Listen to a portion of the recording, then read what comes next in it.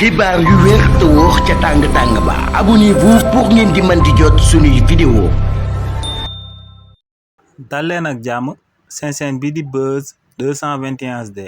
kii di Moussa Sarr di akub activiste bu kenn dootu présenté ci réew mi di Sénégal yëkkati na ay kàddu daal di koy jëmale si lu nguur gi tàmbale di teg loxo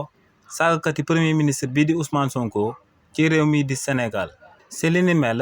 kii di Moussa Sarr ne luñ teg loxo Assane Diouf daal di koy teg loxo M Sarr te mu dëkk Touba waaye tamit daal di koy teg loxo kii di Abdoulaye Ndiaye di chargé de communication bu Farba Ngom te ñetti ñooñee ñëpp luñ daan amal moom moo doon saaga premier ministre bii di Ousmane Sonko ne en réalité yoon ba muy amal li ni mel da doon protéger ñetti ñooñee ñëpp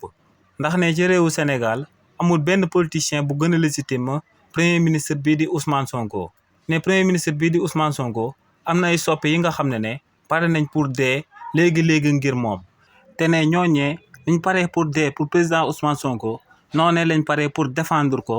ne tamit ñooñee noonee lañ paree pour daal di songu dal képp ki nga xam ne yëkkati na ay kàddu yu ñaaw daal di koy jëmale ci jëmmam. donc ne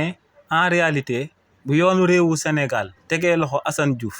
daal di teg loxo M Sarr ba noppi daal di teg loxo kookee di Abdoulaye Ndiaye ne da leen di aar ndax ne ñooñee buñ leen bàyyee ñu dox ci mbedd mi. amaana ay partisans wala ay sympathisants au président Ousmane Sonko mën nañ leen a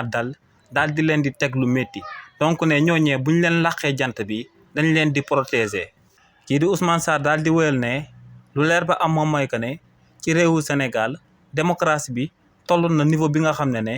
ku ko neex mën naa génn daal di àddu li nga xam ne day waroog lu gouvernement bi di àddu waaye nee nag boo koy amal da nga koo war a daal di teg ci dëgg. teg ko ci yoon te moom mooy nga daal di jox respect ñi nga xam ne ay kilifa lañ même bu fekkee ne bokkoo si ñu leen votel na nga xam que ne ñooñee akum nombal tànk bi nga xam ne ñoo ëpp ci sénégalais yi ñoom ñoo leen ko takkal la ñuy daal di gérer donc ne par la force da nga leen a war a jox le minimum de respect possible.